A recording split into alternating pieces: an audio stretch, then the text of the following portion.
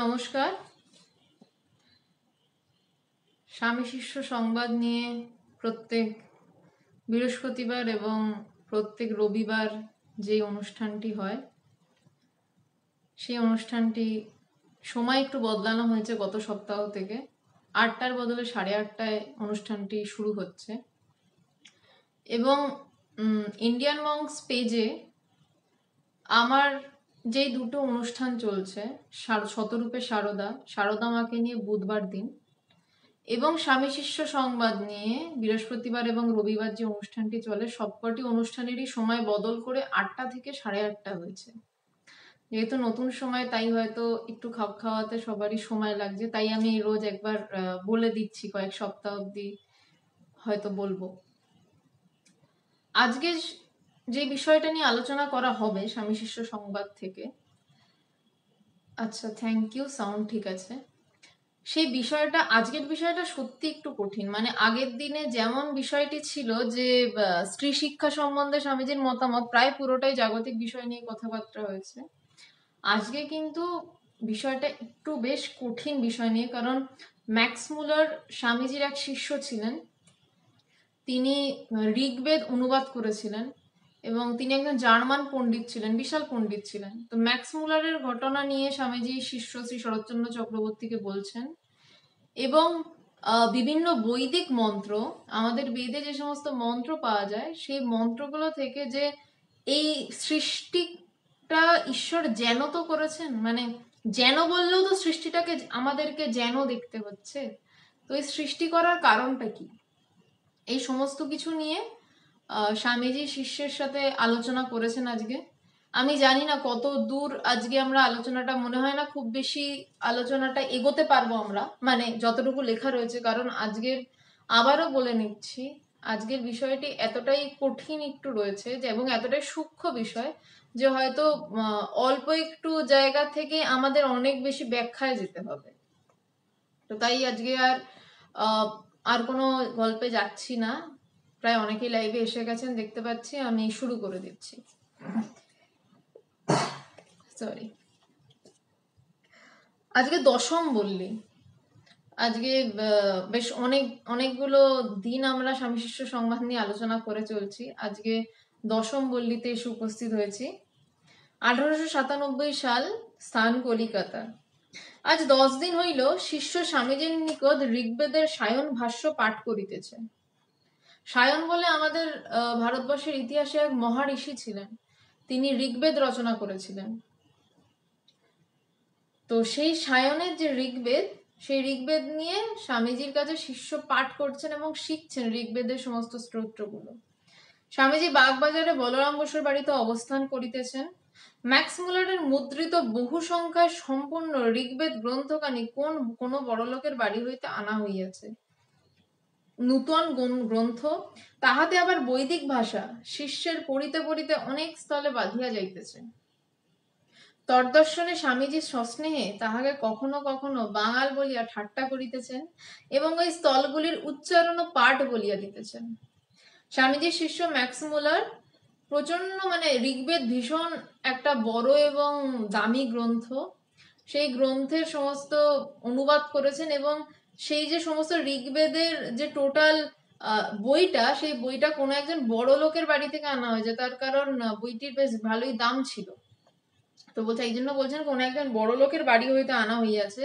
নতুন গ্রন্থ, তাহাতে আবার বৈদিক ভাষা, শিষ্যের পড়তে পড়তে অনেক জায়গায় আটকে যাচ্ছে। শিষ্য শ্রী শরৎচন্দ্র চক্রবর্তী কিন্তু সংস্কৃতে একজন সুপণ্ডিত ছিলেন, তারও কিন্তু পড়তে পড়তে অনেক জায়গায় আটকে যাচ্ছে। তার গুরুদেব স্বামী বিবেকানন্দ তাকে সস্নেহে, কখনো মজা করে, কখনো বাঙাল বলে ঠাট্টা করে সেই জায়গাগুলোকে ঠিক করে দিচ্ছেন, বদলে দিচ্ছেন।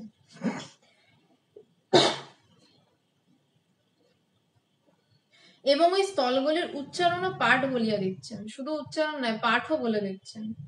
বেদের অনাদিত্য প্রমাণ করিতে সায়ন যে অদ্ভুত যুক্তি কৌশল প্রদর্শন করিয়াছেন, যে বেদের মানে অনাদিত্য, অনাদি অনন্ত যে বেদের পরিধি, বলছে সেইটা মানে যার শেষ নেই, সেইটা প্রমাণ করতে সায়ন যে অদ্ভুত যুক্তি কৌশল প্রদর্শন করেছেন, স্বামীজি তাহার ব্যাখ্যা করিতে করিতে কখনো ভাষ্যকারের ভূয়সী প্রশংসা করছেন। স্বামীজি কখনো কখনো বেদের অনাদিত্য, মানে বেদের যে শুরু শেষ বলে কিছু নেই সেইটা কখনো কখনো মানে কৌশলের, এবং সেইটা যে বেদের যে শেষ নেই সেইটা সায়ন যেই যুক্তি কৌশলে প্রমাণ করেছেন। এই সমস্ত বেদান্ত সবই তো একটা পর্যায়ে অবধি বুদ্ধিগ্রাহ্য, মানে বুদ্ধি দিয়ে যুক্তি দিয়ে তর্ক করে প্রমাণ করা। তো সায়ন যেভাবে প্রমাণ করেছেন, স্বামীজি কখনো সেগুলো ব্যাখ্যা করতে করতে ভাষ্যকারের ভূয়সী প্রশংসা করছেন, ভাষ্যকার যিনি তার প্রচন্ড প্রশংসা করছেন। আবার কখনো বা প্রমাণ প্রয়োগে ওই পদের গূঢ়ার্থ সম্পর্কে স্বয়ং ভিন্ন মত প্রকাশ করিয়া সায়নের প্রতি কটাক্ষ করিতেছেন।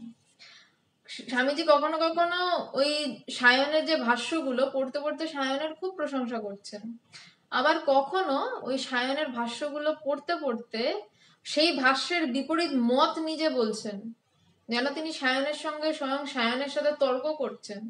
বিপরীত মত বলতে বলতে সায়নের প্রতি কটাক্ষ করছেন যে না এটা কেন লিখছে। ওইরূপে কিছুক্ষণ পাঠ চলিবার পরে স্বামীজি ম্যাক্স মুলারের প্রসঙ্গ উত্থাপন করিয়া বলিতে লাগিলেন, মনে হলো কি জানিস সায়নী নিজের ভাষ্য নিজে উদ্ধার করতে ম্যাক্স মুলার রূপে পুনরায় জন্মেছেন। আমার অনেকদিন হইতেই ওই ধারণা, ম্যাক্স মুলারকে দেখে সে ধারণা আরো যেন বদ্ধমূল হয়ে গেছে। এমন অধ্যবসায়ী, এমন বেদ বেদান্ত সিদ্ধ পণ্ডিত এদেশে দেখা যায় না। তার উপর আবার ঠাকুরের উপর প্রতি কি অগাধ ভক্তি। তাকে অবতার বলে বিশ্বাস করে রে। বাড়িতে অতিথি হয়েছিল, কি যত্নটাই করেছিল। বুড়ো বুড়িকে দেখে মনে হতো যেন বশিষ্ঠ অরুন্ধতির মতো দুটিতে সংসার করছে। আমায় বিদায় দেওয়ার কালে বুড়োর চোখে জল পড়েছিল। স্বামীজি এখানে তো মানে যেহেতু ঋগ্বেদ ম্যাক্স মুলার আবার লিখেছেন জার্মান ভাষাতে, তো ন্যাচারালি পাঠ চলতে চলতে ম্যাক্স মুলারের প্রসঙ্গ এসছে। স্বামীজি বলছেন যে মনে হলো জানিস যে সায়নী যেন স্বয়ং নিজের ভাষ্য উদ্ধার করতে, স্বয়ং সায়নী ঋগ্বেদকে আবার উদ্ধার করতে, তার যে জটিল জটিল তত্ত্বগুলো সেগুলো উদ্ধার করতে ম্যাক্স মুলার রূপে আবার পুনর্জন্ম গ্রহণ করেছেন, এটা স্বামীজি বলছেন।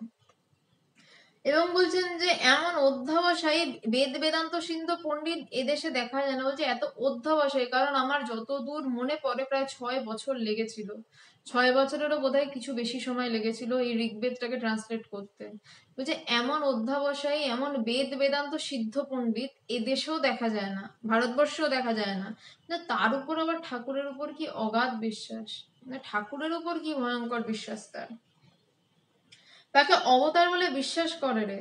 বাড়িতে অতিথি হয়েছিলাম, কি যত্নটাই না করলেন। বলছে ম্যাক্স মুলার বয়স হয়ে গেছে, বলছে বুড়ো বুড়ি এমন সুন্দর সংসার করছে যেন দেখে মনে হচ্ছে আমাদের দেশের বশিষ্ঠ দেব আর অরুন্ধতী দেবী। বশিষ্ঠ দেব এবং অরুন্ধতী দেবী এদের সংসার বিদ্যার সংসার ছিল।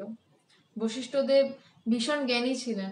বলরাম পাল 20 বছর, হতে পারে আমার এই 6 বছরের কিছু একটা মাথায় রয়েছে, 6 বছরেরও বেশি সময় তাই বললাম, ঋগ্বেদ ট্রান্সলেট করতে সময় লেগেছিল। তো যেন বশিষ্ঠ অরুন্ধতির মতো দুটিতে সংসার করছে, আমায় বিদায় দেওয়ার কালে বুড়োর চোখে জল পড়ছিল। শিষ্য, আচ্ছা মহাশয়, সায়নী যদি ম্যাক্স মুলার হইয়া থাকেন তো পুণ্যময়ী ভারতে না জন্মাইয়া ম্লেচ্ছ হইয়া জন্মিলেন কেন? শিষ্যের এই এক গোড়ামো। বলছে ম্যাক্স মুলার যদি, মানে সায়নী যদি ম্যাক্স মুলার হয়ে জন্মে থাকে তো ভারতের না জন্মে ম্লেচ্ছ মানে বিদেশি হয়ে জন্মালেন কেন? বিদেশিদেরকে ভারতবর্ষে একটা সময় ম্লেচ্ছ বলে একটু একটু হেয় করা হতো, মেলোচ্ছদের জাত এরকম ভাবে। ম্লেচ্ছ হয়ে জন্মালেন কেন? স্বামীজি, অজ্ঞান থেকেই মানুষ আমি আর্য উনি ম্লেচ্ছ ইত্যাদি অনুভব ও বিভাগ করে। যিনি বেদের ভাষ্যকার, জ্ঞানের জ্বলন্ত মূর্তি, তার পক্ষে আবার বর্ণাশ্রম জাতি বিভাগ কি? তার কাছে ওসব একেবারে অর্থশূন্য। জীবের উপকারের জন্য তিনি যথা ইচ্ছা জন্মাতে পারেন। বিশেষত যে দেশে বিদ্যা ও অর্থ উভয়ই আছে সেখানে না জন্মালেই প্রকাণ্ড গ্রন্থ ছাপবার খরচই বা কোথায় পেতেন? শুনিসনি, ইস্ট ইন্ডিয়া কোম্পানি এই ঋগ্বেদ ছাপতে 9 লক্ষ টাকা নগদ দিয়েছিল, তাতেও কুলোয়নি। এদেশে শত শত বৈদিক পণ্ডিতকে মাসোহারা দিয়ে ওই কার্যে নিযুক্ত করা হয়েছিল। বিদ্যা ও জ্ঞানের জন্য এরূপ বিপুল অর্থ ব্যয়, এইরূপ প্রবল জ্ঞানতৃষ্ণা এদেশে এ যুগে কেউ কি কখনো দেখেছে? স্বামীজিকে যেই শিষ্য বলেছেন যে সায়ন তো এদেশে জন্মালে পারতেন, যদি তিনি আবার পুনর্জন্ম নেন, তিনি ম্লেচ্ছ হয়ে জন্মালেন কেন? তো স্বামীজি সেখানে একদম গোড়া থেকে ধরলেন, বলছেন অজ্ঞান থেকেই এসব আর্য, এই তুমি ম্লেচ্ছ, এইসব আসে।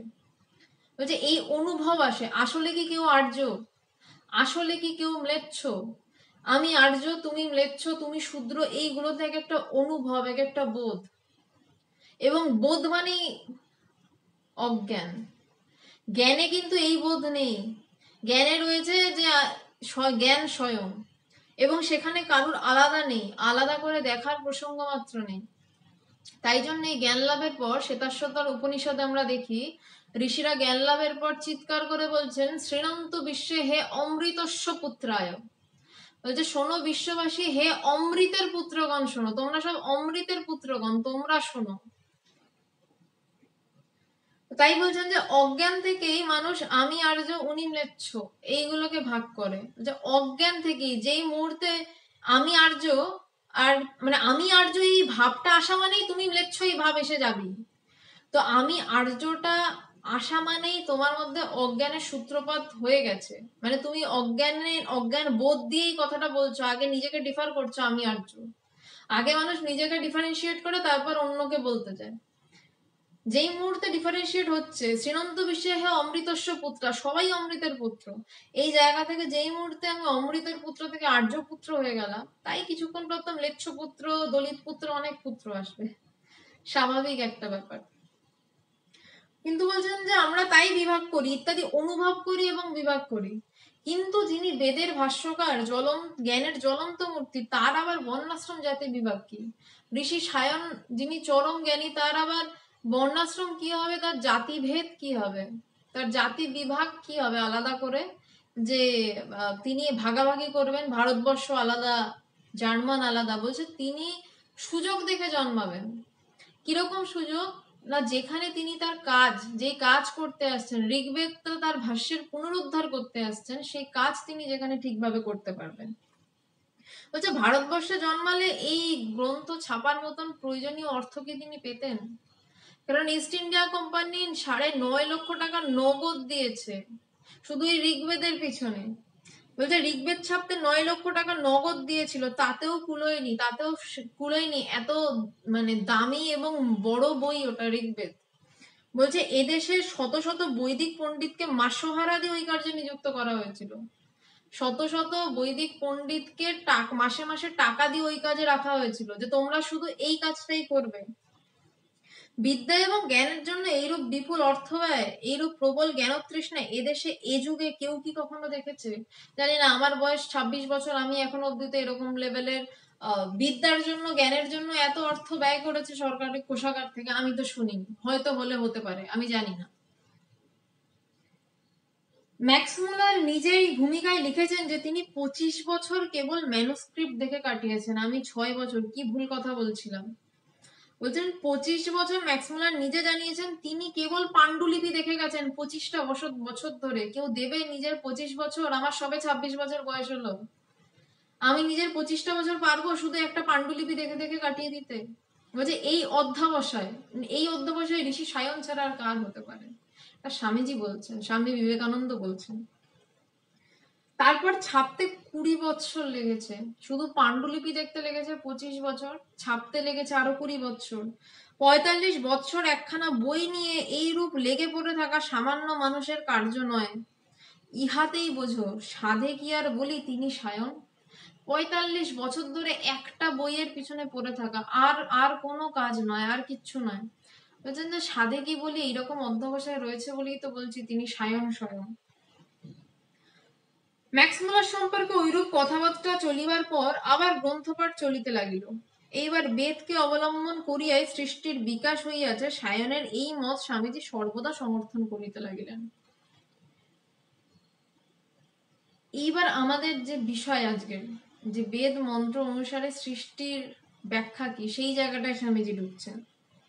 বলছে বেদকে অবলম্বন করে সৃষ্টির বিকাশ হয়েছে, সায়নের এই মত স্বামীজি সর্বদা সমর্থন করতে লাগিলেন। বললেন বেদ মানে অনাদি সত্যের সমষ্টি। বেদ পারক ঋষিগণ ওই সকল সত্য প্রত্যক্ষ করিয়াছিলেন। অতীন্দ্রিয়দর্শী ভিন্ন আমাদের মতন সাধারণ লোকের দৃষ্টিতে সে সকল প্রত্যক্ষ হয় না। তাই বেদে ঋষি শব্দের অর্থ মন্ত্রার্থ দ্রষ্টা, পৈতা গলায় ব্রাহ্মণ নহে। ব্রাহ্মণাদি জাতি বিভাগ পরে হয়েছিল। এই অবধি একটু বলে নি, তারপর আবার একটু জটিল কথা রয়েছে। বলছেন বেদ মানে অনাদি সত্যের সমষ্টি। বলছে অনাদি সত্য, যেই সমস্ত সত্যগুলোর কোনো অন্ত নেই বা কোনো আদিও নেই, যার শুরু নেই তার শেষ তো থাকবে না, এটা স্বাভাবিক। শেষ থাকলে আর একটা শুরুর প্রসঙ্গ। বলছে বেদ হচ্ছে সেই সমস্ত অনাদি সত্যগুলো একসাথে করে বেদ। বেদ পারক ঋষিগণ ওই সকল সত্য প্রত্যক্ষ করেছিলেন। এই যে সত্যগুলোর কথা বলা হচ্ছে, সেই সত্যগুলো কিন্তু শুধু যে বইয়ের পাতায় লেখা বা শুধু বলা হচ্ছে এমনটা নয়। যারা বেদ লিখেছেন বা শ্রুতি আকারে তখন যে বেদ শোনা হতো, বলছেন সেই বেদ পারক ঋষিগণ আগে সেই সত্য প্রত্যক্ষ করেছিলেন। প্রত্যক্ষ করা মানে কি? দু রকমের জ্ঞান হয়, একটা পরোক্ষ জ্ঞান, একটা প্রত্যক্ষ জ্ঞান। পরোক্ষ জ্ঞান হচ্ছে, যদি উদাহরণ দিয়ে বলি, যে দুধটা কেমন দেখতে আমি জানি, দুধের গুণাগুণ জানি, যে একটু ঘন তরল পদার্থ, সাদা রঙের, দুধ খেতে বেশ ভালো লাগে, শরীর হৃষ্টপুষ্ট হয়, এটা আমি জানি, এর নাম পরোক্ষ জ্ঞান। প্রত্যক্ষ জ্ঞান কি? দুধটা দেখলাম এবং আমি খেলাম, খেয়ে হৃষ্টপুষ্ট হলাম। খেয়ে হৃষ্টপুষ্ট হতে হবে আমাকে, এবং দুধ খাওয়া মানে আমি হৃষ্টপুষ্ট হবই, স্বাভাবিক কথা। তো সেটাই বলছেন যে বেদ পারক ঋষিগণ ওই সকল সত্যকে প্রত্যক্ষ করেছিলেন। ওই সত্যগুলোর কথা আমরা এখন বসে শুনছি, আমরা আলোচনা করছি, এটাকে বলা হচ্ছে পরোক্ষ জ্ঞান। আমরা দুধ কেমন জানছি, দুধ কিরকম দেখতে হয়, কি হয় আমরা জানছি। আমরা সত্য এরকম সত্য হয়, তিনি মন বুদ্ধির পারে, এই সব, তার আদি নেই, তার অন্ত নেই, যা যা আমরা শুনছি সবগুলো কিন্তু পরোক্ষ জ্ঞান। প্রত্যক্ষ জ্ঞান হচ্ছে সেটাই যখন আমি সেই দুধটাকে খাবো, টেস্ট করব এবং হৃষ্টপুষ্ট হবো, আমার শরীরও লাগবে সেটা। এই সত্যটা সেই রকমই প্রত্যক্ষ অনুভব করা যায়, একদম অনুভব করা যায়। যেমন দুধ গলা দিয়ে নামলে বা জিভে ঠেকলে যেমন বোঝা যায় আমি দুধ খাচ্ছি, একটা নতুন কিছু আমার টেস্ট করছি, তেমন এই সত্যের অনুভব হয়, এই সত্যের বোধ হয়। এই বোধ করেই কিন্তু বেদ লেখা। যে সমস্ত ঋষিরা বেদ লিখেছেন তারা কিন্তু প্রত্যেকেই এই সত্যটাকে বোধ করে তারপর লিখেছেন। অতীন্দ্রিয় দর্শী ভিন্ন আমাদের মতন সাধারণ লোকের দৃষ্টিতে সে সকল প্রত্যক্ষ হয় না। অতীন্দ্রিয় দর্শী ভিন্ন মানে ইন্দ্রিয়ের পারের যা জগৎকে যারা প্রত্যক্ষ করতে পারেন, সেই রকম দর্শী ভিন্ন আমাদের মতন সাধারণ লোকের দৃষ্টিতে সেই সকল সত্য অনুভূত হয় না। এবং সত্য বলতে যে মানে প্রত্যেকটি মানুষই এই সত্যকে অনুভব করতে পারেন, প্রত্যেকটি মানুষ। কারণ প্রত্যেকটি মানুষ নিজের স্বরূপে স্বয়ং নিজে সেই হয়ে বসে রয়েছেন। প্রত্যেকটি মানুষই সেই সত্যকে উপলব্ধি করতে পারেন, কিন্তু পারেন না, তার কারণ হচ্ছে মানুষ চেষ্টা করে না। মানুষ চেষ্টা করে কি করে আরেকটু বেশি ভালো চাকরি পাবে, কি করে আরেকটু বেশি টাকা রোজগার করবে, সে ওটার পিছনে মাথা লাগিয়ে বসে রয়েছে, সে পারুক চাই না পারুক। কিন্তু একটু ঘুরিয়ে কে টাকাটা রোজগার করতে চাইছে, কে আর একটু ভালো থাকতে চাইছে, এইটা খুঁজতে মন চায় না। একটুও বা যদি চায়, তারপরে আমাদের মনে ওরে বাবা থাক, ওই খোঁজাটা বড় কঠিন, কে টাকা রোজগার করে, কে একটু ভালো থাকতে চাইছে। আমি যদি বলি ভালো থাকতে চাইছি, তাহলে আজ হয়তো যেই টাকা রোজগার করছি, কাল হয়তো আর একটু কম টাকা রোজগারে হয়তো আমি একটু ভালো আছি, সেদিন হয়তো আমার মুড ভালো। তো তাহলে কি আমার ভালো থাকাটা আদৌ মানে টাকা রোজগারের উপর নির্ভরশীল, না আমার মনের উপর নির্ভরশীল, বা আদৌ কি আমার মনের উপর নির্ভরশীল? যেই আমিটা বেশি রোজগার করেও শান্ত থাকতে পারি না, সেই আমিটা হয়তো একটা কম রোজগার করে একদিন কিছু ভালো ভালো ঘটনা নিয়ে শান্তিতে থাকি। তো কোন আমিটা আসলে কি চাইছে এবং সেই চাওয়ার পিছনে কে রয়েছে, এইটা কিন্তু আমরা কোনোদিনই খুঁজতে চাই না। তাই স্বামীজি বলছেন যে অতীন্দ্রিয় দর্শী ভিন্ন আমাদের মতন সাধারণ লোকের দৃষ্টিতে সে সকল প্রত্যক্ষ হয় না। সাধারণ এবং অসাধারণের ফারাকটা কিন্তু এখানেই। একজন কে খুঁজতে চাই, মানে কে আনন্দ পেতে চাইছে আরো, সেটাকে খুঁজতে চায়, আর আরেকজন আনন্দ কিভাবে পাবে সেটার দিকে দৌড়ায়। দুটো তফাৎ। আবারও বলছি, কিভাবে আনন্দ পাবে সেটার দিকে একজন দৌড়ায়, তারা সাধারণ মানুষ, আর আরেক দল মানুষ, খুব আরেক দল না, এটা খুব একজন দুজন মানুষ খুঁজতে বসে কে আনন্দ পেতে চাইছে, সেই আমিটার খোঁজ করতে বসে। তারাই অসাধারণ, তারাই অতীন্দ্রিয়দর্শী ভিন্ন মানুষ হয়। তাই বেদে ঋষি শব্দের অর্থ মন্ত্রার্থ দ্রষ্টা। ঋষি শব্দের অর্থ মন্ত্রার্থ দ্রষ্টা, যিনি মন্ত্রের দর্শন করেছেন, মানে মন্ত্রটাকে বোধ করেছেন। ঋষি শব্দের অর্থ সেটাই। পৈতাগলায় ব্রাহ্মণ নহে, ব্রাহ্মণ আদি জাতি বিভাগ পরে হয়েছিল। ব্রাহ্মণ শব্দের অর্থ কি? যিনি ব্রহ্ম চিন্তন করছেন বা ব্রহ্মে বিচরণ করছেন। তো সেই ব্রাহ্মণ শুধু গলায় একটা পৈতে পড়ে নিলে ব্রাহ্মণ হয়ে গেল না। আগে কিন্তু ব্রাহ্মণ তিনি হতেন যিনি ব্রহ্মকে জানতেন। যিনি ব্রহ্মকে জেনেছেন তিনিই কিন্তু ব্রাহ্মণ। মানে একজন ব্রাহ্মণ, তার গলায় পৈতে রয়েছে, তিনি আবার তার ছেলেও ব্রাহ্মণ হবে তা কিন্তু নয়। জাতি বিভাগটা কিন্তু আগে এভাবে ছিল। তার ছেলে যদি এখন রাজকার্যে যুদ্ধ করতে যেতে চায়, তার ছেলে কিন্তু ক্ষত্রিয়ই হতো। অনেক পরে এই বিভাগটা এসে ব্রাহ্মণের ছেলে ব্রাহ্মণ হবে, ক্ষত্রিয়র ছেলে ক্ষত্রিয় হবে। জাতি ব্রাহ্মণ আদি জাতি বিভাগ পরে হয়েছিল। বেদ শব্দাত্মক, অর্থাৎ ভাবাত্মক বা অনন্ত ভাবরাশির সমষ্টি মাত্র। বলছেন বেদ শব্দাত্মক, শব্দ দিয়ে তৈরি, বলছে অর্থাৎ ভাবাত্মক বা অনন্ত ভাবরাশির সমষ্টি। বেদ অনেক অনেক ভাবরাশির সমষ্টি। শব্দ পদের বৈদিক প্রাচীন অর্থ হচ্ছে সূক্ষ্ম ভাব, যাহা পরে স্থূলাকার গ্রহণ করে আপনাকে প্রকাশিত করে। সুতরাং যখন প্রলয় হয় তখন ভাবি সৃষ্টির সূক্ষ্ম বীজসমূহ বেদেই সম্পুটিত থাকে। আগেই বলেছি আজকের বিষয়টা বেশ কঠিন বিষয়। তো সৃষ্টির বীজসমূহ নিয়ে কথা হচ্ছে। কি বলছে যে শব্দ পদের বৈদিক প্রাচীন অর্থ হচ্ছে সূক্ষ্ম ভাব। এই শব্দ, এই পদটারই বৈদিক প্রাচীন অর্থটা সূক্ষ্ম ভাব। বলছে তারপর যে স্থূলকায় হয়ে গ্রহণ করে আপনাকে প্রকাশিত করে। এবং এটা নিয়ে যদি একটু আরো পিছন দিকে যাই, প্রথম সৃষ্টি শুরু হয় শব্দ দিয়ে, এবং সেই শব্দ হচ্ছে ওম। প্রথম যখন সমাধিস্থ অবস্থায় মানুষ চলে যায়, যেখানে জগতের কোনো ব্যাপার থাকে না, প্রথম না অনাহত ধ্বনি আসে। অনাহত ধ্বনি থেকে ওম আসে, ওম শব্দ আসে। সেই শব্দ থেকে আস্তে আস্তে জগতের সৃষ্টি সম্পন্ন হয়। এইগুলো নিয়ে অত প্রশ্ন বা তর্ক বিতর্কে ওভাবে যাওয়া যাবে না, কারণ এগুলো একদম অনুভবের বিষয়। এবং বেদে যা লেখা রয়েছে সেগুলো যে লেখা আছে তা নয়, এখনো মানুষের মধ্যে ওই অনাহত ধ্বনি গভীর ধ্যানে অনুভূত হয়। তো এই ব্যাপারগুলো অ্যাকচুয়ালি অনুভব করেই বুঝতে হবে। সুতরাং যখন প্রলয় হয় তখন ভাবি সৃষ্টির সূক্ষ্ম বীজ সমূহ বেদেই সম্পুটিত থাকে। তাই পুরাণে প্রথমে মীনাবতারে বেদের উদ্ধার দৃষ্ট হয়। মীন অবতারের যে ঘটনা সেটার বিশদে যাচ্ছি না। যখন প্রলয় হয়েছিল তখন মানে সৃষ্টির সমস্ত বীজ কুড়িয়ে এনে ওই মাছের গায়ে যে ডিঙিটি বাঁধা হয়েছিল ওখানে রেখে দেওয়া হয়েছিল। সমস্ত সৃষ্টির সমস্ত বীজ একটা একটা একটা করে বীজ কুড়িয়ে রাখা হয়েছিল, যাতে পরে প্রলয়ের পরে আবার সৃষ্টি করা সম্পূর্ণ হয়। এবং প্রলয়ের পরে মীন অবতারে প্রথম বেদ উদ্ধার করা হয়েছিল, কারণ তারপর সেখান থেকে সব সৃষ্টি হবে। প্রথম অবতারে বেদের উদ্ধার সাধন হলো, তারপর সেই বেদ থেকে ক্রমে সৃষ্টির বিকাশ হতে লাগলো।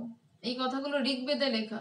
বেদান্তে যেমন সৃষ্টির প্রসঙ্গই নেই থেকে শুরু, আবার বেদে কি করে সৃষ্টি হলো সেই সব ব্যাখ্যা করতে করতে করতে করতে একটা জায়গায় গিয়ে বলা হয়েছে যে যা দেখছে সবই ভ্রম মাত্র, আসলে কিছুই নেই। এবার প্রশ্ন আসতেই পারে যে যেখানে শেষে গিয়ে বলাই হচ্ছে যে এই সৃষ্টি কোনোদিন হয়নি, কোনো কালে হয়নি, সবই স্বপ্ন, সবই মায়া, তাহলে এতক্ষণ ধরে সৃষ্টিতত্ত্ব বোঝানো কেন হলো? এটা যদি অরবিন্দ বরে ওম কথার অর্থ যদি একটু বুঝিয়ে বলেন। বলছি যে যদি বলেন যে সৃষ্টিটা তাহলে বেদে ক্রমাগত কেন বোঝানো হলো। আচ্ছা, আমি একটা রিকোয়েস্ট একটু সবার কাছে করে রাখছি, যদি কারোর কোনো প্রশ্ন থাকে আমার যখন ডিসকাশনটা শেষ হচ্ছে তখন প্লিজ একটু বলবেন, কারণ নইলে প্রশ্নগুলো না হারিয়ে যায়, আমি খুঁজে পাই না শেষের পর। আচ্ছা, তো বেদে কেন প্রথমেই সৃষ্টির কথা বলা হয় সেটা আমি একটা শর্ট স্কেলে বলে রাখছি। যেমন ধরুন একটা বাচ্চাকে কোলে নিয়ে, একদম কোলের বাচ্চাকে কোলে নিয়ে মা যখন আকাশে চাঁদ দেখায়, বাচ্চার দৃষ্টি কিন্তু ওই চাঁদ অব্দি পৌঁছায় না। মা কিভাবে দেখায় যে বাবা দেখো দেখো দেখো ওই যে তাল গাছের মাথা, বাচ্চার দৃষ্টি কিন্তু ওই তাল গাছের মাথা অব্দি রয়েছে, বলছে দেখো তাল গাছের মাথা, ওই তাল গাছের মাথার উপর চাঁদ উঠেছে। মাও জানে তাল গাছের মাথার উপর চাঁদ থাকে না, কিন্তু বাচ্চাকে যেন তেন প্রকারের চাঁদ দেখাতে হবে, বাচ্চা অত দূর চাঁদ বুঝতে পারবে না তাকিয়ে।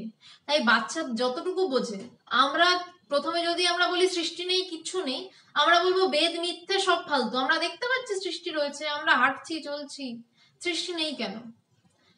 কিন্তু সেই কারণেই আমাদেরকে প্রথমেই তাল গাছের মাথা দেখাচ্ছে বেদ। বেদ বলছে হ্যাঁ বাবা সৃষ্টি রয়েছে, বিশ্বাস করো সৃষ্টি রয়েছে, এই দেখো এইভাবে সৃষ্টি হয়েছে, এইভাবে বীজ পূরণ হয়েছে, এইভাবে সৃষ্টি হয়েছে, এইভাবে প্রথমে শব্দ শব্দ এসছে, ওম এসছে, সেখান থেকে সৃষ্টি হয়েছে। কিন্তু এই করতে করতে তারপর তাল গাছের মাথা অব্দি যখন আমি দেখতে পেলাম, সৃষ্টি রহস্য জেনে যখন আমি একদম পরিপূর্ণ মানে নিজের ভিতরে যে হ্যাঁ সৃষ্টি রয়েছে, আমি স্যাটিসফাইড, তারপর বললাম যে আসলে যা দেখছো সবই মিথ্যা। তখন বলছে ওই দেখো তাল গাছের মাথার উপরে ওই যে চাঁদ। তখন কিন্তু আমাদের বিশ্বাস করতে কষ্ট হচ্ছে না যে না সৃষ্টি নেই, কারণ আমাকে ধাপে ধাপে দেখানো হয়েছে, আমাকে প্রথমে আমি যা দেখছি সেটাকে স্বীকার করেছে, করে তারপর বলা হয়েছে এটা সবই মিথ্যা, ধাপে ধাপে আমাকে দেখানো হয়েছে। নইলে একবারে যদি দেখানো হতো এই সৃষ্টি মিথ্যা, তাহলে আমরা পারতাম না। সেই জন্যই সৃষ্টি তত্ত্বের কথা ব্যাখ্যা করা হয়েছে। আচ্ছা, অরবিন্দ বরাই জিজ্ঞাসা করছেন ওম শব্দের কথা। ওম ওম তিনটি শব্দ নিয়ে তৈরি, অ, উ এবং ম, এবং তার উপরে একটি চন্দ্রবিন্দু দেখতে পাওয়া যায়। জাগ্রত অ, উ, ম এই তিনটি শব্দ জাগ্রত, স্বপ্ন, সুষুপ্তি তিনটি শব্দের অর্থে ব্যবহৃত হয়, এবং জাগ্রত, স্বপ্ন, সুষুপ্তি তিনটের পারে, তিনটে অবস্থার পারে যে চতুর্থ পাদ, তাই সেই জায়গা, সেই ব্রহ্মের অবস্থা, সেই সমাধিস্থ অবস্থা, সেটাকে ওই চন্দ্রবিন্দু দিয়ে দেখানো হয়। ও, ওম, যদি এভাবে একটু একটু হিন্দির টানে বলি অ, উ, ম, এইভাবে কিন্তু ওমটা লেখা হয়।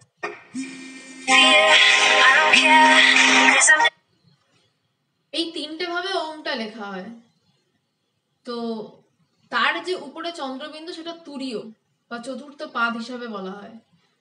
অরবিন্দ, আশা করি তুমি উত্তর পেয়েছো। আচ্ছা, আবারও বলছি, প্রশ্ন আসছে আমার, এটা প্রায় শেষের পথে যখন যাবে তখন প্রশ্নগুলো করবে, নইলে প্রশ্নে এরকম বলতে বলতে প্রশ্নের উত্তর দেওয়াটা আমার একটু সমস্যাজনক হয়।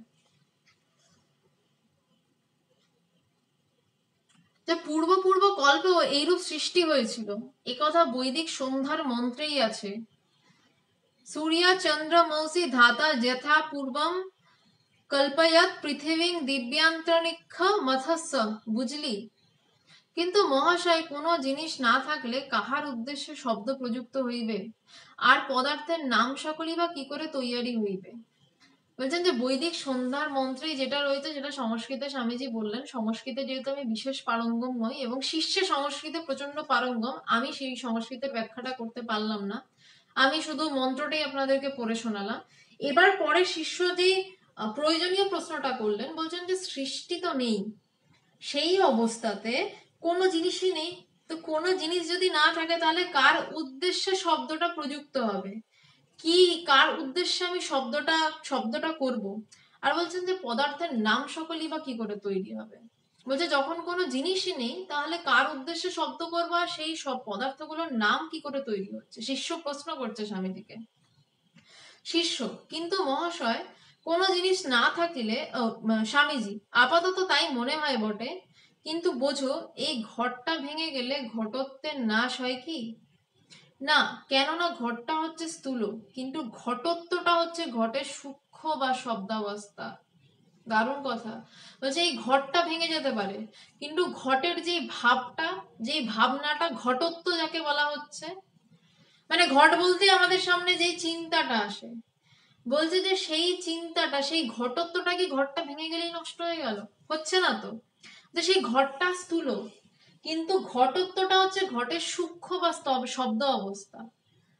ঘটের যে আকার মানে ঘটের যে আকার কার্য, যেটা আমাদের ভিতরে রয়ে গেছে, ঘট বলতে আমরা যা বুঝি সেটা তো মানে ঘট বললেই তো আমার সামনে এক্ষুনি একটা ঘট এরকম চলে এলো না, কিন্তু ঘট বললেই আমাদের ভিতরে একটা স্ট্রাকচার চলে এলো।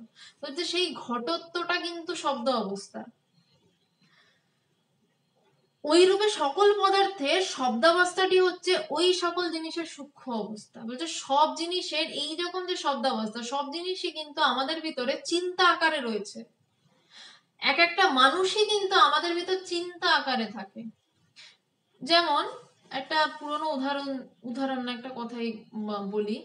যেমন হনুমান রামকে পাগলের মতন ভক্তি করত, রাম ছাড়া সে কিছু বুঝতো না। এবার রামই তো পরের জন্মে কৃষ্ণ অবতারে জন্মালেন। তো হনুমানের সামনে যখন, হনুমানের ভিতরে রাম মানে রামের একটা স্ট্রাকচার রয়েছে, রামের কমল লোচন সেরকম একটা রয়েছে, রামের একটা আকার আছে, হনুমানের ভিতরে রামত্ব বলে একটা ব্যাপার আছে। আশা করছি আমি বোঝাতে পারছি, অসুবিধা হলে কিন্তু অবশ্যই কমেন্টে বলবেন, আমি আবার বলবো। হনুমানের কাছে রাম মানে তার ভিতরের একটা চিন্তা অবস্থা রয়েছে। এবার সেই রামই যখন স্থূল হয়ে কৃষ্ণের আকারে তার সামনে এলো, তখন হনুমান প্রণাম করে বললেন যে কৃষ্ণ, আমি তোমাকে ভীষণ শ্রদ্ধা করি, কিন্তু কমল লোচনে রামই আমার প্রিয়। মানে সে কৃষ্ণ এবং রাম একই, কিন্তু কিন্তু তার ভিতরে শব্দাবস্থায় রাম কিন্তু আলাদা একজন ব্যক্তি হয়ে রয়েছেন, যেখানে সে কৃষ্ণকে মানতে পারছে না। তেমনি আমরা প্রত্যেকটা মানুষই নিজেদের ভিতরে কিন্তু অন্য সমস্ত কিছুকে, এই জগৎ সংসার, অন্য মানুষ, এমনকি আমার ছেলে মেয়ে স্বামী, সবকিছুকে আমাদের ভিতর সূক্ষ্ম অবস্থায় রেখে দিই। যখন ঘুমিয়ে পড়ি তখন কিন্তু আমাদের ভিতরে তারা সূক্ষ্ম অবস্থায় থাকে। যেই মুহূর্তে জেগে উঠলাম সেই মুহূর্তে আমার কাছে হয়তো আমার ছেলের চিন্তা এলো, আমার কাছে আমার স্বামীর চিন্তা এলো। চিন্তা প্রথমে এলো, তারপর তো স্বামী স্থূল আকারে আমার সামনে আসবেন, আগে কিন্তু চিন্তাটা এলো। তো তেমনি স্বামীজি বলছেন যে এই জগতের সমস্ত কিছুই সূক্ষ্ম আকারে শব্দাবস্থায় রাখা রয়েছে।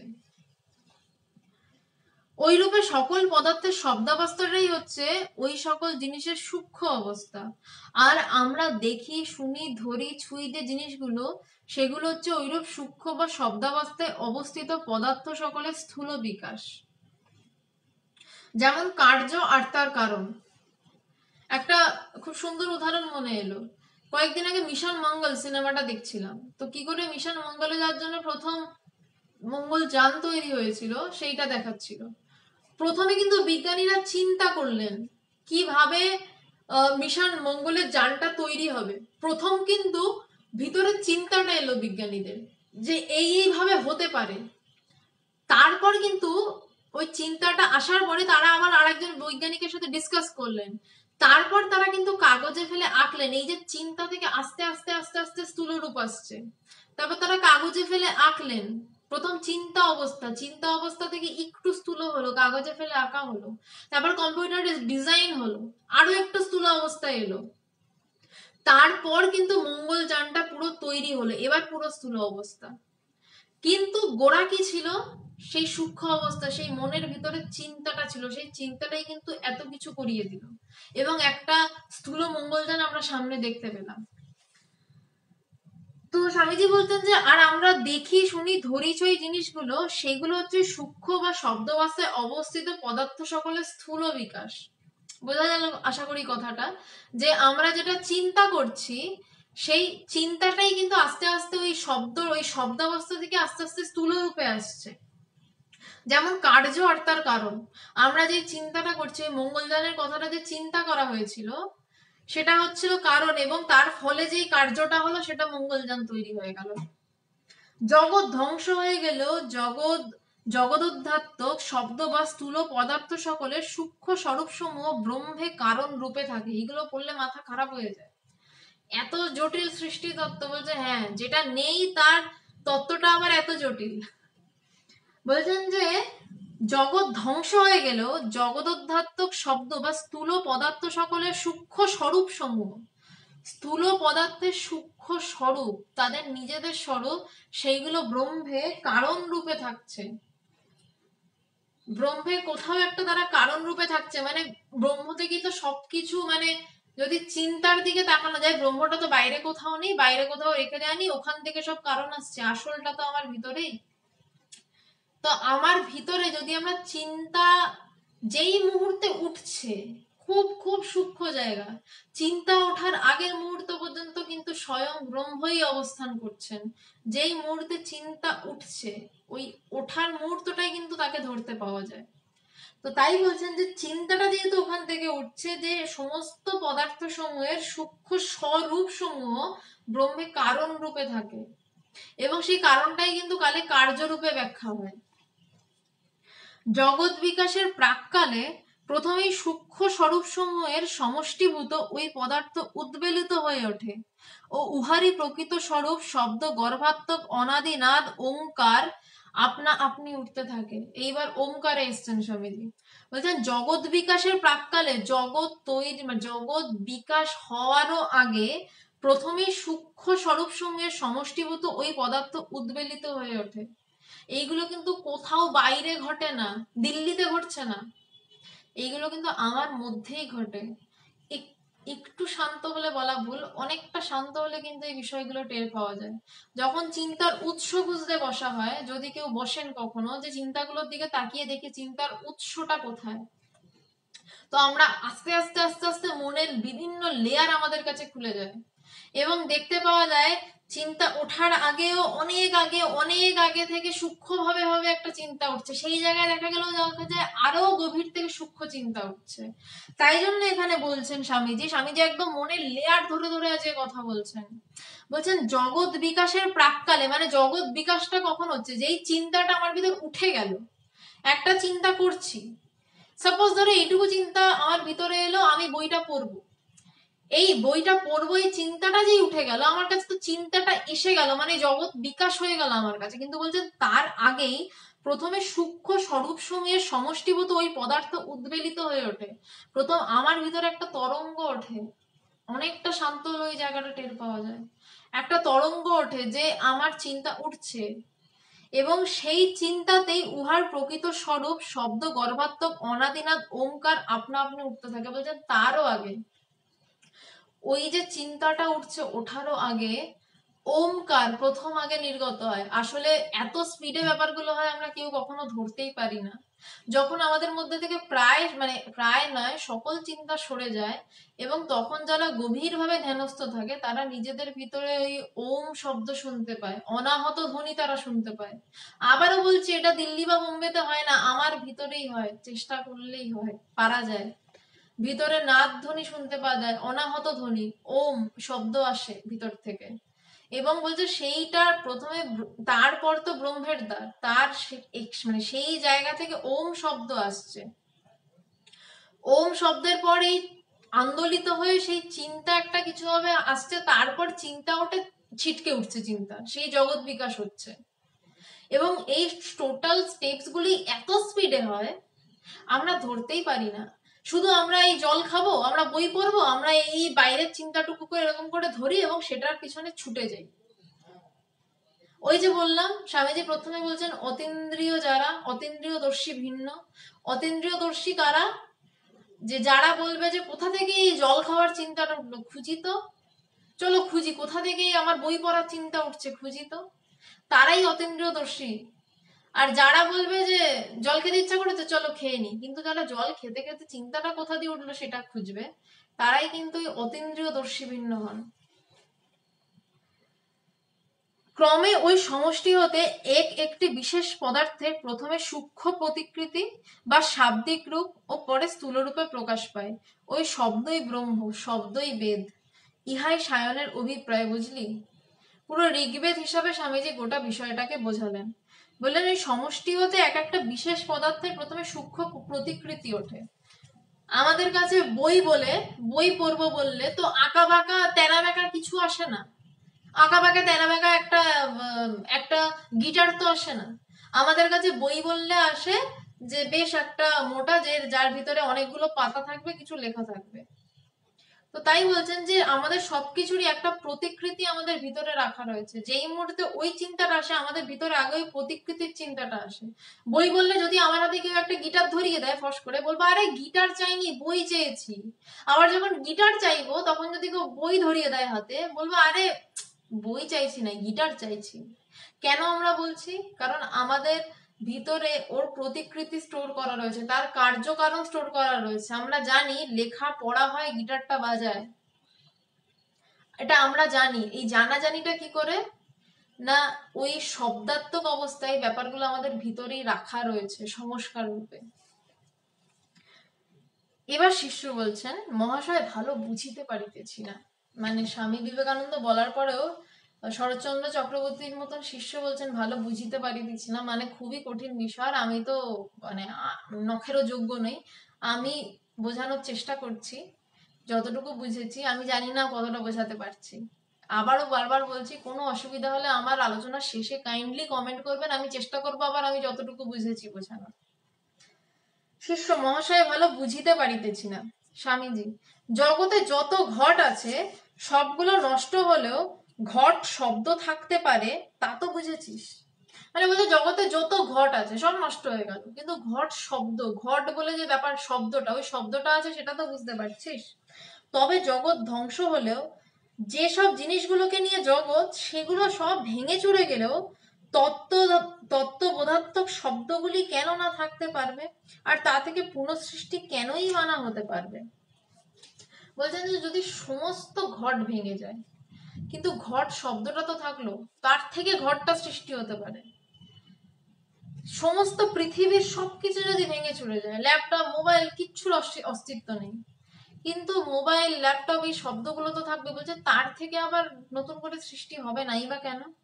শিষ্য বলছেন, কিন্তু মহাশয় ঘট ঘট বলিলে চিৎকার করিলেই তো ঘট তৈরি হয় না। ইম্পর্টেন্ট কথা। বলছে আমি ঘট ঘট বলে চিৎকার করছি, ঘট তো তৈরি হয়ে যাচ্ছে না। সে যদি আদিমকালের মুনি ঋষিদের দেখতাম, বলছেন ঘট, হাতে ঘট চলে এলো, মানে এগুলো হয়, এটা নিয়ে আমি ঠাট্টা ইয়ার্কি করছি না।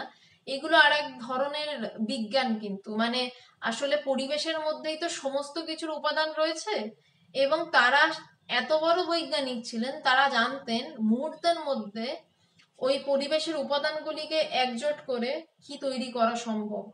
তো ওই হাত পাতলে আঙ্গুরও আসতে পারে, হাত পাতলে কমলা লেবু আসতে পারে, ঘট ঘট বলে চিৎকার করলে ঘটও আসতে পারে, সেটা হতে পারে, আমি অস্বীকার করছি না।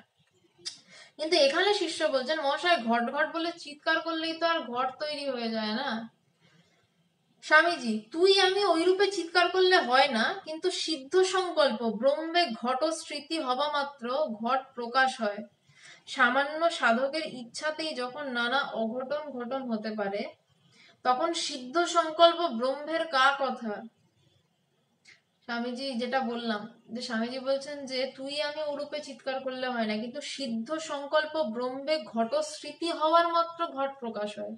সিদ্ধ সংকল্প ব্রহ্মে মানে যিনি সিদ্ধ হয়ে গেছেন, এবং তার মধ্যে কারোর মানে ব্রহ্মের সিদ্ধ কিভাবে কেউ হয়? সিদ্ধাই এক বিষয়, সিদ্ধ এক বিষয়। সিদ্ধাই মানে কিন্তু আমার মধ্যে অনেক শক্তি আসছে, আমার মধ্যে চাওয়া রয়েছে, আমি এর মন বুঝে ফেলবো, আমি তার মন বুঝে ফেলবো, আমি এর এই ভালো কাজ করব বা এর এই খারাপ কাজ করবো, হোয়াট এভার, যে কোনো চাওয়া কিন্তু সিদ্ধাইয়ের অন্তর্গত। সিদ্ধ কারা? যারা ব্রহ্মজ্ঞান লাভ করে আপ্তকাম, তাদের মধ্যে কোনো ইচ্ছাই নেই, মানে তাদের মধ্যে আকাঙ্ক্ষা থাকবে কি করে? তারা তো টোটালটা সেই মানে হয়ে বসে রয়েছেন। ব্রহ্ম মানে ব্রহ্মজ্ঞান হওয়া কি? তারা সব কিছু নিয়ে সবটা হয়ে বসে রয়েছেন। পূর্ণাশ্চ পূর্ণমাদায় পূর্ণাৎ পূর্ণমুদচ্যতে, তারা পূর্ণ হয়ে বসে রয়েছেন। তো তাদের মধ্যে তো কিছুর চিন্তার বৃত্তি মাত্র ওঠে না। চিন্তা করতে গেলেই তো আমাকে একটু ব্রহ্ম থেকে আলাদা হতে হবে, আলাদা হয়ে না কিছু চিন্তা করতে পারবো। এক হয়ে থাকলে তো চিন্তা করতে পারবো না। যদি আমি একাকার হয়ে থাকি, মানে ধরুন আমি পুকুরের জলটা পুরো রয়েছে, এবার আমি পুকুরে নামবো না, কিন্তু পুকুরের জল দিয়ে আমি স্নান করব। তো হয় দুটো রাস্তা, এক হচ্ছে আমাকে পুকুরের মধ্যে ডুবে যেতে হবে, আর একটা রাস্তা হচ্ছে আমাকে মগ দিয়ে জল তুলে মাথায় ঢালতে হবে। ওই মগ দিয়ে যদি আমি ডুবে যাই, তাহলে তো জলে যখন ডুব সাঁতার দিলাম আমাকে জল আর আমাকে আলাদা দেখা যাচ্ছে না, যে ডুব দিলাম। কিন্তু আমি যখনই ওই জলটা নিয়ে নিজের মাথায় ঢালবো, তখন এই পুকুরের জলই কিন্তু সেটা একটু তো আলাদা হবে জলের থেকে। পুকুরের জলটাই আমি মাথায় ঢালছি, সেই জলটাই আমার গা বেয়ে পুকুরেই হয়তো পড়ছে, কিন্তু একটু তো আলাদা হচ্ছে। তো তাই বলছেন যে সিদ্ধ সংকল্প ব্রহ্মের সিদ্ধাই, আবার বলছে সিদ্ধাই যাদের মধ্যে বারবার এমন চিন্তা আসছে, এই পুকুরের জল এত কিছু বললাম কারণ সিদ্ধ সংকল্প ব্রহ্মে প্রায় ওই চিন্তাটাই আসে না, মানে ওই যে একটু আলাদা করব করে কিছু চাইবো সেটা আসতেই অনেক কিছু বলছে। সেই রকম কোনো সিদ্ধ সাধকের মধ্যে ঘটের সামান্যতম স্মৃতি, যে ঘট এরকম হয় চাইতেও হয় না, শুধু এই স্মৃতিটুকু আসাই অনেক। বলছে তিনি চাইলেই ঘট প্রকাশ হয়ে যেতে বাধ্য। একটা কথা বলে, এবং এটা আমার নিজের চোখের সামনে দেখা, ব্রহ্ম বিজ্ঞানী পুরুষ যারা হন তাদের ভিতরে তো প্রায়শই কোনো চাওয়া আসে না, কিচ্ছু চাওয়া মাত্র আসে না।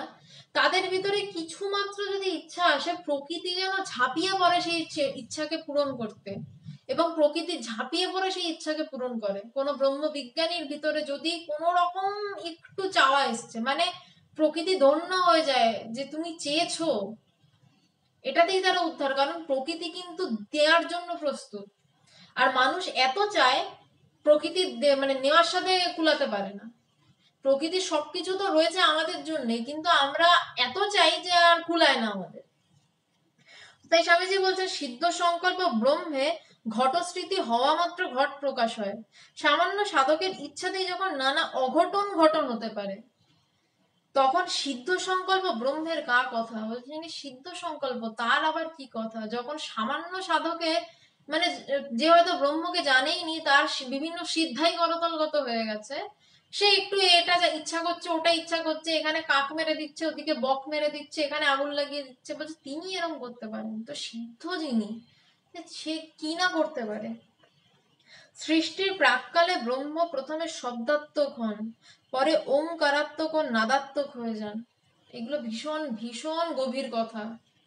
এইগুলো মানে অমনি যুক্তি তর্ক দিয়ে ওভাবে বোঝানো কখনো সম্ভব নয়, কিন্তু তাও মানে জাস্ট যেহেতু এখানে স্বামীজি শিষ্যকে বলেছেন ওভাবে বলে রাখছি। এগুলো আবারও বলছি, অনুভব না করে কখনো বোঝা যাবে না। বলছেন সৃষ্টির প্রাক্কালে ব্রহ্ম প্রথমে শব্দাত্মক হন। যদি ভিতর দিকে ভীষণ শান্ত হয়ে তাকানো যায়, তখন দেখা যাবে যে কোথা থেকে যেন চিন্তা ছিটকে উঠছে, আপাতত এটা দেখা যাবে কোথা থেকে যেন চিন্তা ছিটকে উঠছে। তারপর যদি আস্তে আস্তে আস্তে আস্তে মনের দিকে তাকিয়ে থাকতে থাকতে চিন্তা স্রোতে যাই, দেখা যাবে চিন্তাটা ওঠার আগেও যেন কত কত কত কত লেয়ার, একটা লেয়ারে যাচ্ছি আর একটা লেয়ার, আর একটা লেয়ারে যাচ্ছি আর একটা লেয়ার। এইগুলো জাস্ট ইন্টারনাল সায়েন্স, আমি কোনো আকাশ কুসুমের কথা বলছি না, অন্য আমেরিকা দেশের কথাও বলছি না, আমার ভিতরের কথাই বলছি আমি।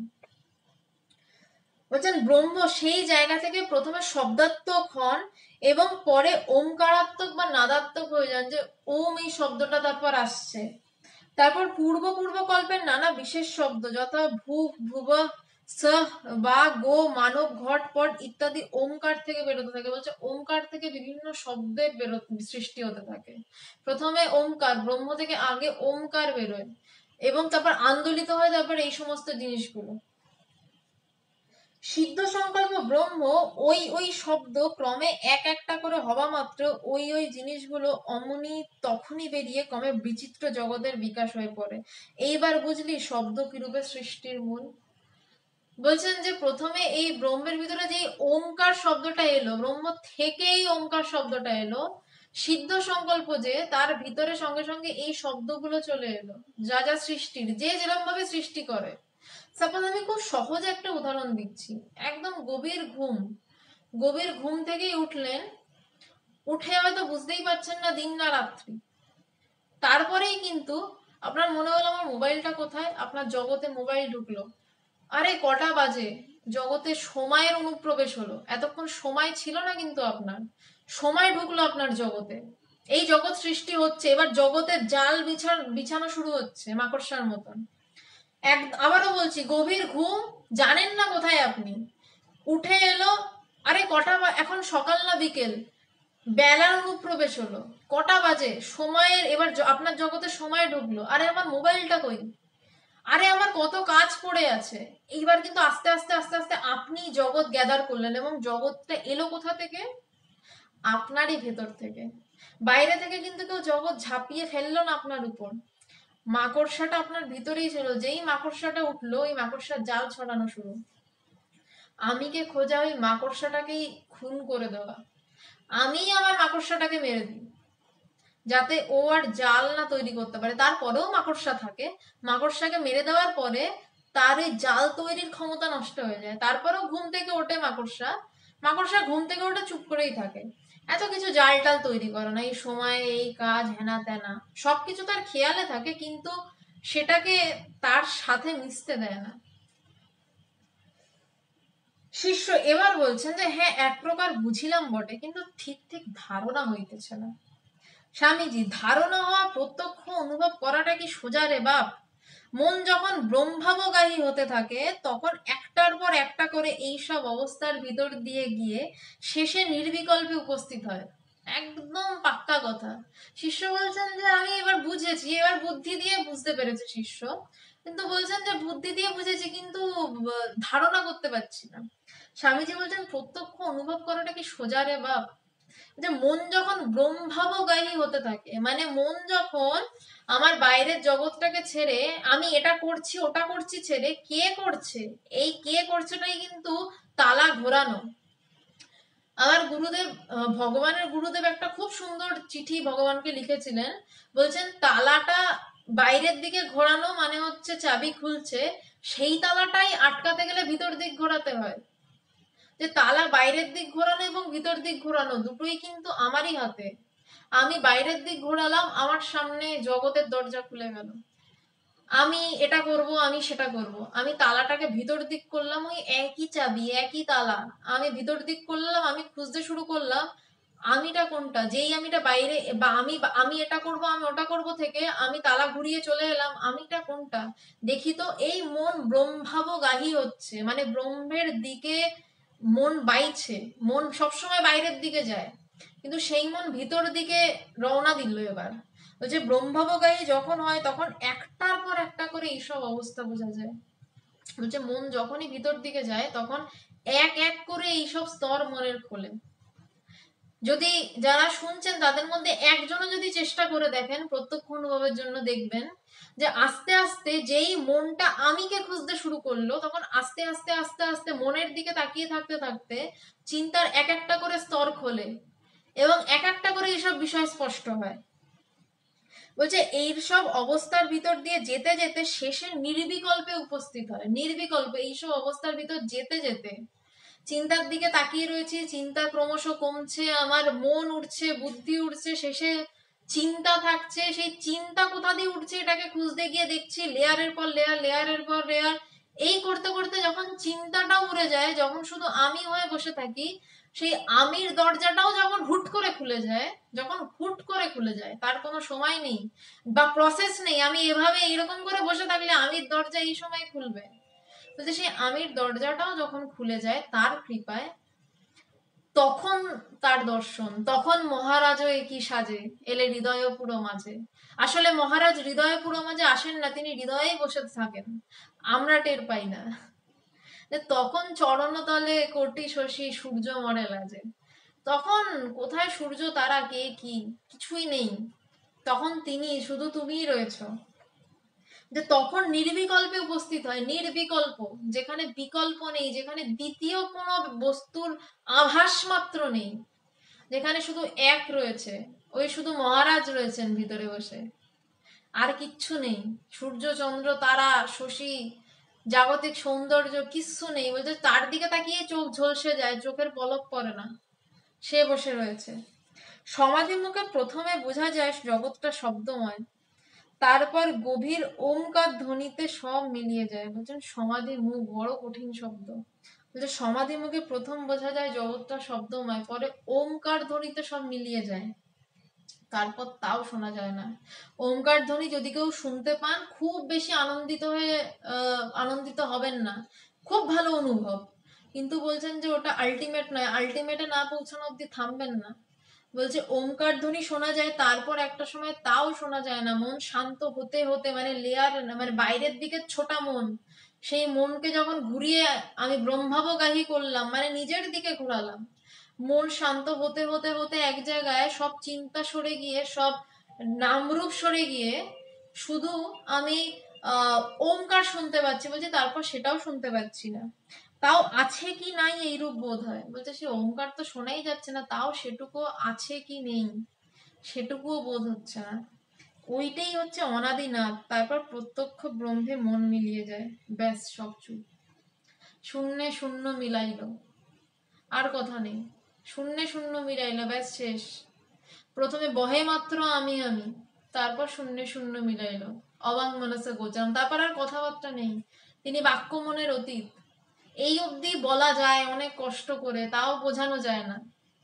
তারপর তার সব শেষ, মিলিয়ে গেল, মিশে গেল। স্বামীজির কথায় শিষ্যের পরিষ্কার বোধ হইতে লাগিল, স্বামীজি ওই সকল অবস্থার ভিতর দিয়া অনেকবার স্বয়ং সমাধি ভূমিতে গমনাগমন করিয়াছেন, নতুবা এমন বিশদভাবে এ সকল কথা কিরূপে বুঝাইয়া বলিতেছেন। শিষ্য পরিষ্কার বুঝতে পারছেন যে স্বামীজি অবশ্যই অনেকবার এইভাবে সমাধিতে গেছেন, নইলে এত পরিষ্কারভাবে স্তরভেদ কি করে করছেন স্বামীজি। শিষ্য অবাক হইয়া শুনিতে ও ভাবিতে লাগিল, নিজের দেখাশোনা জিনিস না হইলে কখনো কেউ এরূপে বলিতে বুঝাইতে পারে না। শিষ্য অবাক হয়ে ভাবছে যে ইনি তো গেছেন, অনেকবার গেছেন, একবার গেলে এভাবে বলা যায় না, অনেকবার যখন সেই জায়গায় যাওয়া যায় তখন এভাবে বুঝিয়ে বুঝিয়ে বলা যায়। আজকে প্রায় 9:30 বাজে, ভীষণ কঠিন বিষয় নিয়ে আলোচনা করলাম, জানি না কতটা পেরেছি বা আপনারাও কতটা বুঝতে পেরেছি, মানে আমি বোঝাতে পেরেছি। বুঝতে পেরেছেন শব্দটা বলা আমার জন্য একদম ভুল কথা। ভীষণ কঠিন শব্দ, মানে ভীষণ কঠিন বিষয়, পুরোটাই অনুভবের উপর দাঁড়িয়ে থাকা বিষয় নিয়ে আজকে আলোচনা করলাম। কারোর যদি বুদ্ধিগ্রাহ্য ভাবে কোনো রকম প্রশ্ন থেকে থাকে অতি অবশ্যই করবেন, আমি উত্তর দেওয়ার চেষ্টা করব। আচ্ছা, আপনারা এখন কেউ কোনো প্রশ্ন করতে চাইলে করতে পারেন, আমার একটু সুবিধা হয়, মানে এখন আমি প্রশ্নগুলো দেখতে পাই। আচ্ছা, তাও দেখলাম কিছু প্রশ্ন এসছে, আমি চেষ্টা করছি সেই উত্তরগুলো দেওয়ার। তপন দাস বলছেন যে তাহলে দিদি আমরা যেটা চিন্তন করব সেটাই কি কালে কালে পরিণত হবে? হ্যাঁ, যেটা চিন্তা করবে সেই চিন্তাটাই, যদি স্থূলভাবে বলি, জাগতিকভাবে, তপন দাস, যে আমরা যেটা চিন্তা করছি না সেই চিন্তাটাই কিন্তু আমাদেরকে ওই কাজটা করতে বাধ্য করায়। মানে কেউ যদি ভাবে ডাক্তার হবে, সে কিন্তু মন দিয়ে ডাক্তারের জন্য পড়াশোনা করে যাতে সে ডাক্তারটা হতে পারে, তাই জন্যই কিন্তু সে ডাক্তারটা হয়। বা কেউ যদি ইঞ্জিনিয়ারিং পড়ার চেষ্টা করে, তবে সে ইঞ্জিনিয়ারিং এর জন্য চেষ্টা করে, মানে আমি যেটা চিন্তা করছি সেটা কাজ করার জন্য কিন্তু আমি দৌড়াই। অ্যাকচুয়ালি আমার সব জীবনের দৌড়টার পিছনে কিন্তু আমার চিন্তা আগে রয়েছে। আচ্ছা, যেখানে বুদ্ধি বিচারের শেষ সেখানেই ধর্মের আরম্ভ, তাই কি? সাগর বর্মন, না, বুদ্ধি বিচারের শেষে ধর্মের আরম্ভ নয়, বুদ্ধি বিচারের শেষে অনুভবের আরম্ভ। বুদ্ধি বিচার ধর্মের অন্তর্গত। সাগর বর্মন জিজ্ঞাসা করেছেন, যেখানে বুদ্ধি বিচারের শেষ সেখানে ধর্মের আরম্ভ, একদম নয়। ধর্মের মধ্যে বুদ্ধি বিচার রয়েছে, বুদ্ধি বিচারের শেষে অনুভবের আরম্ভ। অনুভব যেখানে বুদ্ধি বিচার আর কোনো কাজে লাগে না। আমার হাত কেটে গেছে, কতটা যন্ত্রণা হচ্ছে আর আমি কতটা, আমার চোখ দিয়ে জল পড়ছে, আমার বুদ্ধি বিচার দিয়ে হবে নাকি? ওটা আমার অনুভব হবে।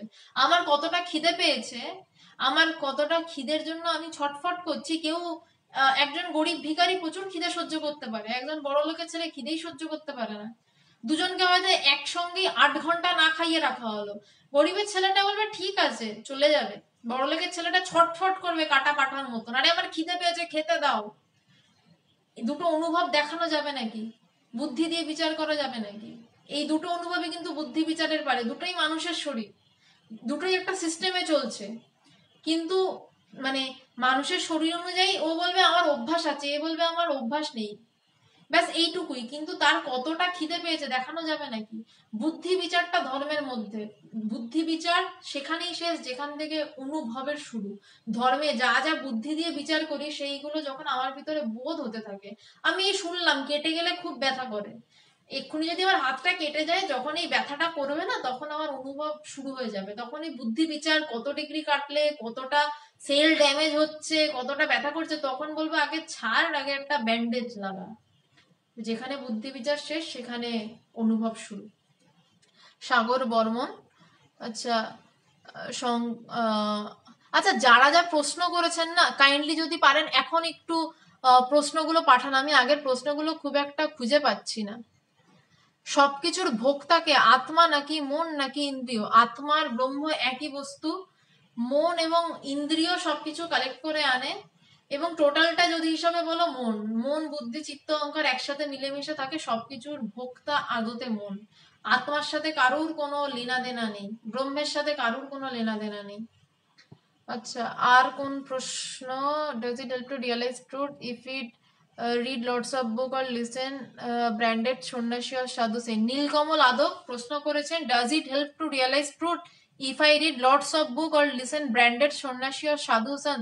না, একদম হেল্প করে না এটা বলবো না, আবার হেল্প বিশাল করে দেয় বলবো না। তুমি যে প্রশ্নটা করেছো তার বাংলা নীলকমল আদক, যে সত্য জানতে গেলে প্রচুর বই পড়ে সত্য জানা যায় না, জানা যায় না।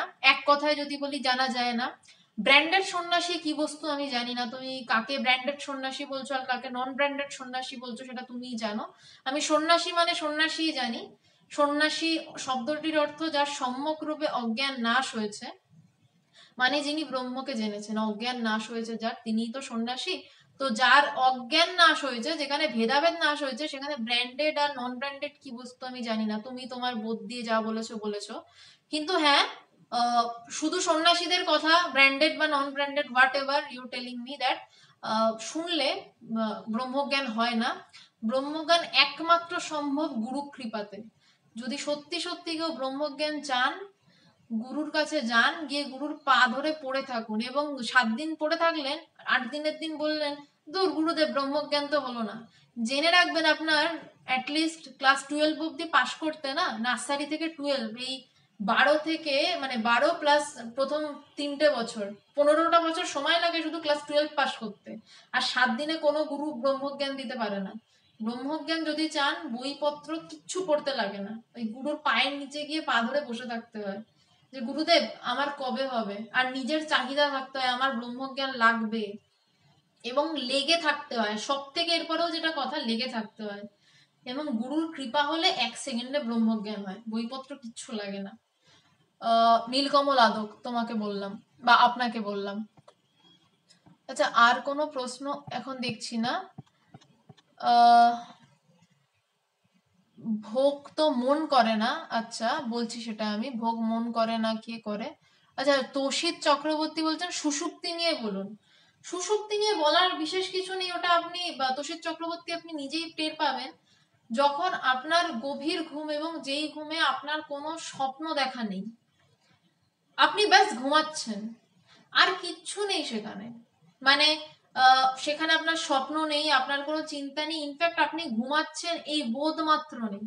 আপনি ঘুম থেকে উঠে বলছেন আরে কোথায় ছিলাম, মানে হয়তো আপনি উঠে বলছেন আমাকে এখন কেউ তুলে নিয়ে গেলেও আমি জানতাম না। মানে যেই ঘুমের মধ্যে আপনার ঘুমাচ্ছেন এই বোধটুকুও নেই, স্বপ্ন দেখা তো দূরের, তার নামে সুষুপ্তি অবস্থা।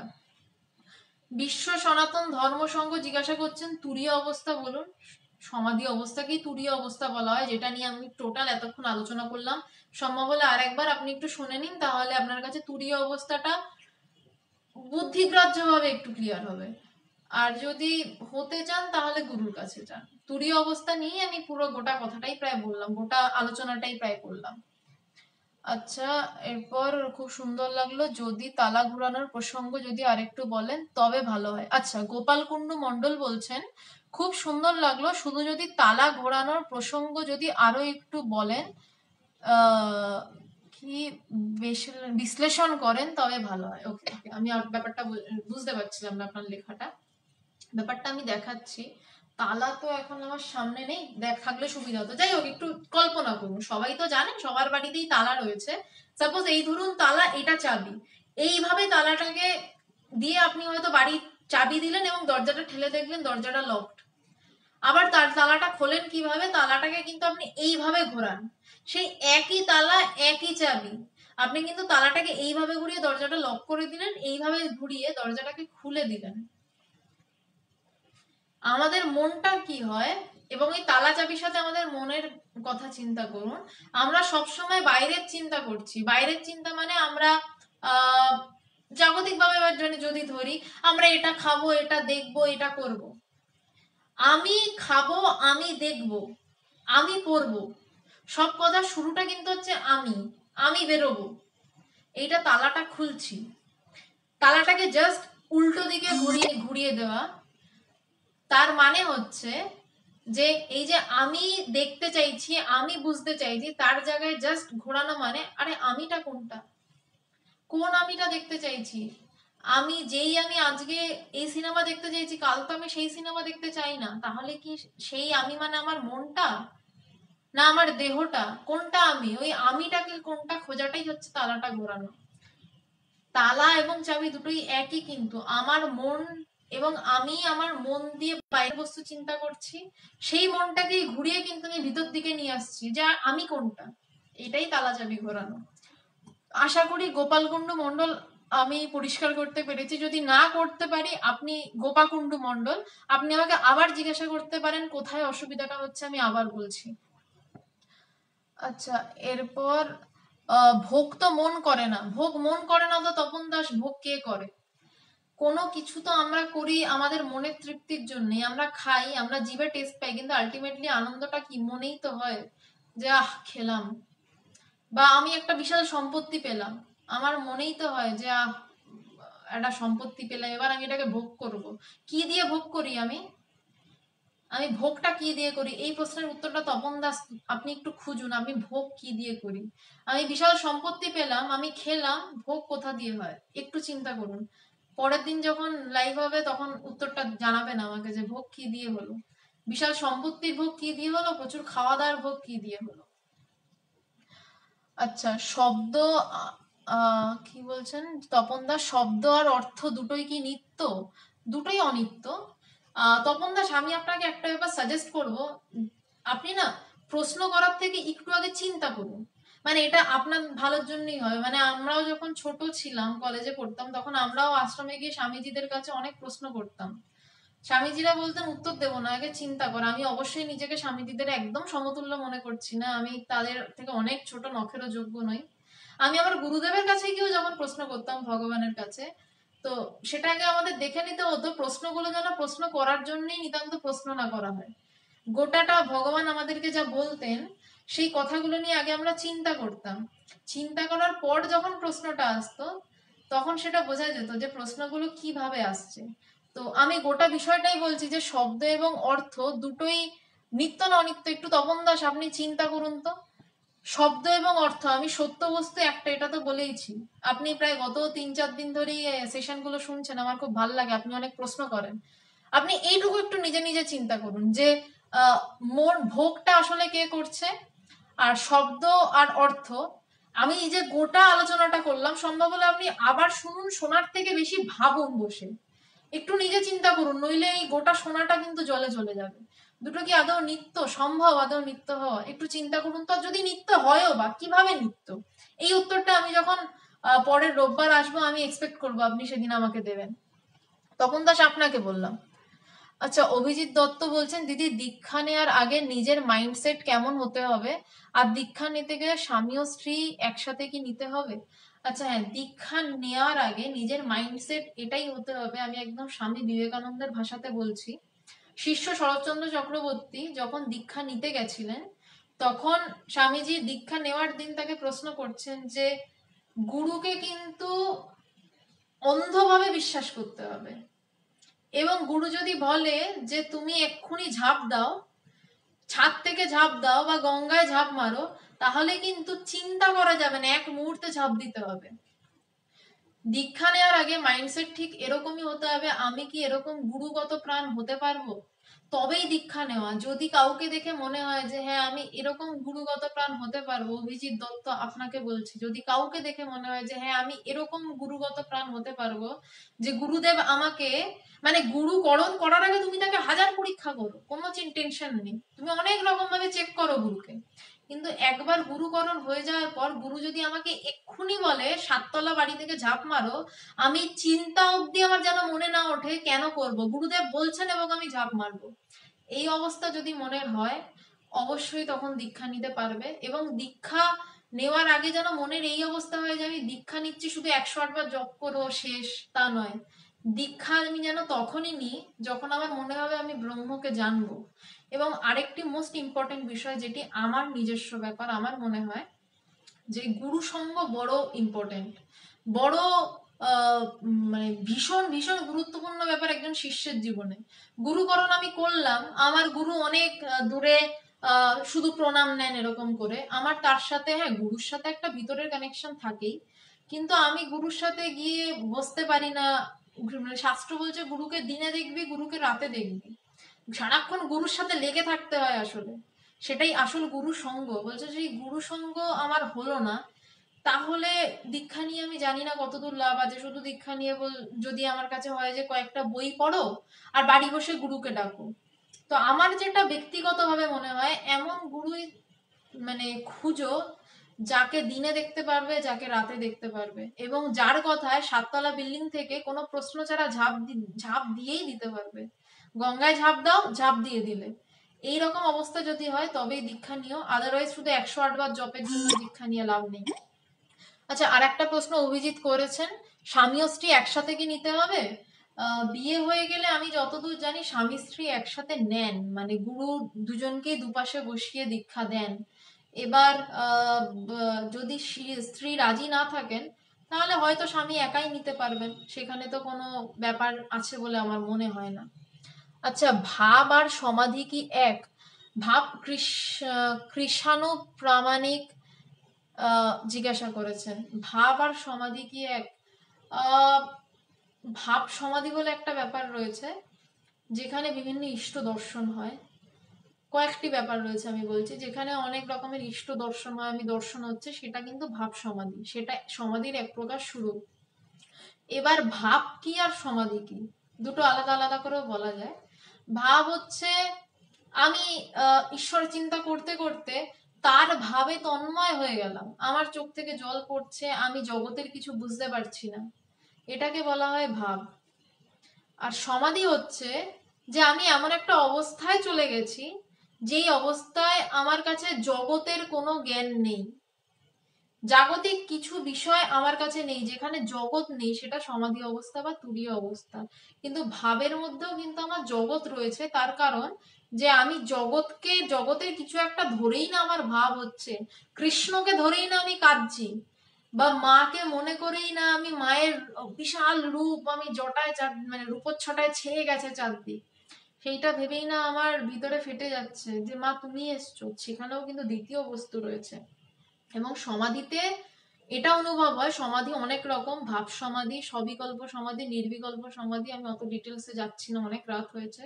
ভাব সমাধিতে ঈশ্বর দর্শন হয়, সবিকল্প সমাধিতে সেখানে জগৎ নেই এইরকম বোধ হয়, মানে ব্রহ্ম আছে এই বোধ সম্পূর্ণরূপে হয়, কিন্তু কোথাও এক মানে দ্বিতীয় থাকে, জগতের অস্তিত্ব থাকে।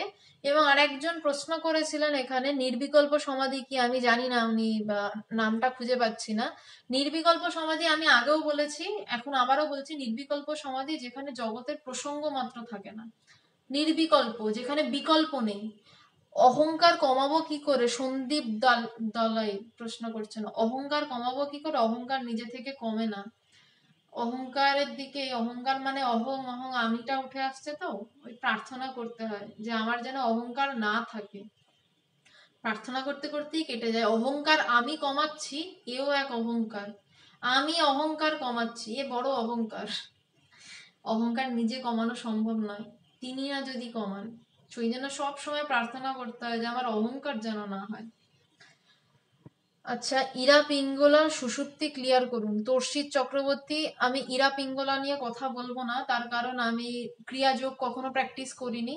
আমি অদ্বৈতবাদের মানুষ, অদ্বৈত বেদান্ত, আমার গুরু অদ্বৈত বেদান্তের, আমি অদ্বৈত বেদান্তই শিখেছি। ইরা পিঙ্গলার বিষয়ে আমি জানি বটে, কিন্তু আমি এটা নিয়ে মন্তব্য করব না, তার কারণ কোনো রাজযোগের মানুষের কাছে আপনি প্রশ্নটা করবেন, আপনি সঠিক উত্তর পাবেন।